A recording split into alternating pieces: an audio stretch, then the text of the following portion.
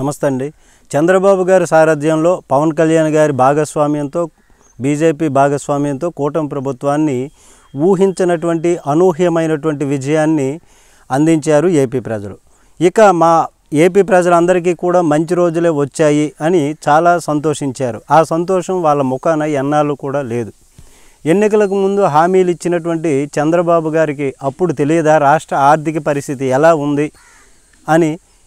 అప్పుడు ఎన్నికల ప్రచారంలో రాష్ట్రానికి 14.5 లక్షల కోట్లు అప్పు ఉందని అప్పుడే అన్నారుగా. మరి అప్పుడు తెలిసిన విషయమే కదా ఇది. మరి దానికి సమాధానం చెప్పకుండా ఇప్పుడే తెలిసినట్లుగా రాష్ట్ర ఆర్థిక పరిస్థితి బాగా లేదు, ప్రజలు అర్థం చేసుకోవాలి, ఇప్పుడు ఈ సంక్షేమ పథకాలను సూపర్ 6 పథకాలను అందించేటటువంటి పరిస్థితి ఇప్పుడు లేదు.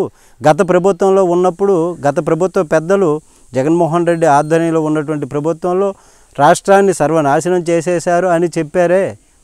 మరి అప్పుడు ఈ విషయం తెలిసినటువంటి విషయం కదా. 40 సంవత్సరాల రాజకీయ అనుభవం, 4 సార్లు ముఖ్యమంత్రి అయినటువంటి అనుభవం ఉన్నటువంటిది రాష్ట్ర ఆర్థిక పరిస్థితి మీకు తెలియదా? అప్పుడు తెలిసినటువంటి విషయమే. దానికి సమాధానం చెప్పకుండా సంపదను సృష్టించి వివిధ మేము ఇస్తామన్నటువంటి సంక్షేమ పథకాలను ఇస్తాము అని చెప్పి అప్పుడు చెప్పారు కదా. అది ఆ మాట మీద నిలబడకుండా ఇప్పుడు నేను మాట మీద ఉన్నటువంటి వాడిని నిజం చెప్తున్నాను, ఈ రాష్ట్ర ఆర్థిక పరిస్థితి బాగా లేదు, మీరు అర్థం చేసుకోవాలి అని చెప్తున్నారంటే దాన్ని ఏమనుకోవాలి? వంచన అనుకోవాలా, మోసం అనుకోవాలా, లేకపోతే ఏమని అనుకోవాలి? జగన్ హయాంలో అయితే నాడు నేడు కింద అమ్మఒడి పథకాలను ఇచ్చి స్కూల్స్ను బాగు చేసి పిల్లలకు అమ్మఒడిని అందించి చదువుకునేందుకు ప్రోత్సాహం కల్పించి మధ్యాహ్న భోజనంలో రోజుకు ఒక మెనూ చొప్పున భోజనం ఏర్పాటు చేపించి కార్పొరేట్ స్కూళ్ళకు ధీటుగా తయారు చేసినటువంటి పరిస్థితి. వాలంటీర్ వ్యవస్థ తీసుకొచ్చారు. వాలంటీర్ వ్యవస్థ, సచివాలయ వ్యవస్థ, ఆ వ్యవస్థ ద్వారా వివిధ రకాలైనటువంటి సంక్షేమ పథకాలను అభివృద్ధి పథకాన్ని కూడా అందించినటువంటిది. ప్రజలు బాధపడకుండా ఇబ్బంది పడకుండా ఏ సర్టిఫికేట్లు, క్యాస్ట్ కావచ్చు, ఇన్కమ్ కావచ్చు, ఇతర A1 సర్టిఫికేట్లు కావచ్చు, అడంగులు కావచ్చు, ఇట్లాంటివన్నీ కూడా అక్కడ అయ్యేటటువంటి విధంగా సచివాలయంలోనే తెచ్చుకునేటటువంటి విధంగా ప్రజలకు కష్టపెట్టకుండా మండల ఆఫీస్ చుట్టూ తిరగకుండా చేశారు కదా. అట్లాంటి వ్యవస్థలు ఇప్పుడు నిర్వీర్యం కాబడుతున్నాయంటే ఏమనుకోవాలి? మెడికల్ కాలేజీలు అప్పుడు జగన్మోహన్ రెడ్డి గారి హయాంలో గవర్నమెంట్ కాలేజీలు తీసుకొస్తే మాకు మెడికల్ కాలేజ్ అక్కర్లేదు అని చెప్పడం ఏమనుకోవాలి? విజయవాడ కృష్ణలంకలో రిటైనింగ్ వాల్ను తీసుకొచ్చి కట్టించి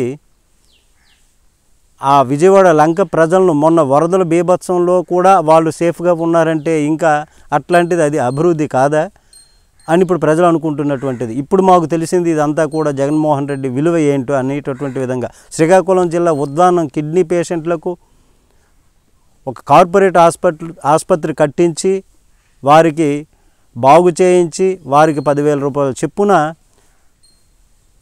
పెన్షన్ అందించేటటువంటి జగన్మోహన్ రెడ్డి కాదా అని ఇప్పుడు ప్రజలు అనుకుంటున్నటువంటిది.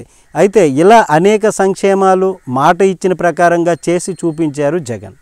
మరి వీటికంటే కూటమి ప్రభుత్వం వస్తే డబల్ వస్తుందని, అలాగే అభివృద్ధి ఉంటుందని నమ్మి మోసపోయామా అనిపిస్తుంది అంటూ ఇప్పుడు ఆవేదన చెందుతున్నటువంటి ఈ జనం.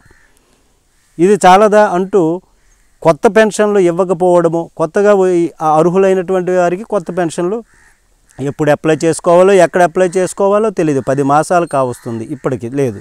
అది జగన్మోహన్ రెడ్డి గారి హయాంలో అయితే ఒకరోజు 60 సంవత్సరాలు దాటి ఒకరోజు పూర్తయితే వాలంటీర్ ద్వారా లేకపోతే సచివాలయానికి వెళ్ళి ఆ అర్హుడైనటువంటి అతను అక్కడ అప్లై చేసుకుంటే మరుసటి నెలలో పెన్షన్ వచ్చేసేది.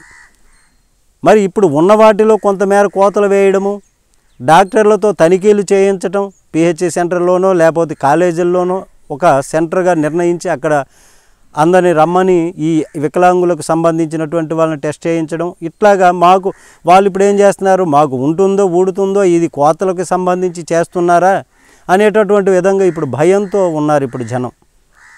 ఎప్పుడు ఎలా ఉంటుందో అర్థం కానిటువంటి పరిస్థితిలో ఉన్నారు. ఇప్పుడు చదువుకుంటున్న విద్యార్థులకు ఇంట్లో ఎంతమంది చదువుకున్న పిల్లలు ఉంటే అంతమందికి కూడా నీకు 15,000 నీకు 15,000 నీకు 15,000 అన్నారే. అప్పుడు జగన్మోహన్ రెడ్డి 13,500 చొప్పున అమ్మఒడి ఇస్తే మేము 15,000 రూపాయలు ఇస్తాము, ఇంట్లో ఉన్న పిల్లలందరికీ ఇస్తాము, ఒక్క పిల్లడికి ఇస్తే ఏం సరిపోతుంది, మేము అధికారంలోకి వస్తే ఇస్తామన్నారు. అప్పుడు తెలియదు రాష్ట్ర ఆర్థిక పరిస్థితి ఎట్లా ఉందని ఇప్పుడు ప్రజలు అనుకుంటున్నారు. మరి అప్పుడు తెలిసి ఇప్పుడు ఎందుకు మాట దాటుతున్నారు చంద్రబాబు గారు అని ఆవేదన చెందుతున్నారు. అన్నదాత సుఖీభవ కింద జగన్మోహన్ రెడ్డి గారు 13,500 చొప్పున ఇస్తే దాన్ని 20,000 రూపాయలు ఇస్తాము మేము గెలిస్తే, వ్యవసాయ పెట్టుబడికి ఏమాత్రం ఏం సరిపోతుంది, చాలదు అని చెప్పారే.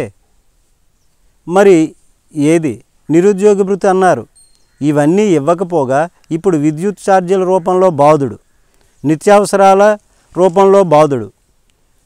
మరి ఎన్నికలకు ముందు విద్యుత్ ఛార్జీలు పెంచేశాడు, నిత్యావసరాలు పెరిగిపోతున్నాయి, ఆకాశాన్ని అంటుకుంటున్నాయి అన్నారు. ఇప్పుడు చూస్తే మరీ ఇంకా పెరిగిపోతున్నాయి. రీసెంట్గా చూస్తే తాజాగా ఈ రిజిస్ట్రేషన్ ఛార్జీలు పెంచడం, ఇట్లాంటివన్నీ చూస్తే ఏమనుకోవాలి, మేము ఏమైపోతామో, మేము బ్రతుకుతామా లేదా అనేటటువంటి విధంగా, ఎప్పుడు ఎలా ఉంటుందో, ఎవరికి ఏ పెన్షన్ పోతుందో, ఎవరికి ఏది ఊడిపోతుందో అనేటటువంటి విధంగా ఇప్పుడు ఏపీ ప్రజలు మేము ఉన్నాము అని ఆవేదన చెందుతున్నటువంటి పరిస్థితి. దీనిపైన మీ కామెంట్ తెలియచేయండి. నమస్తే.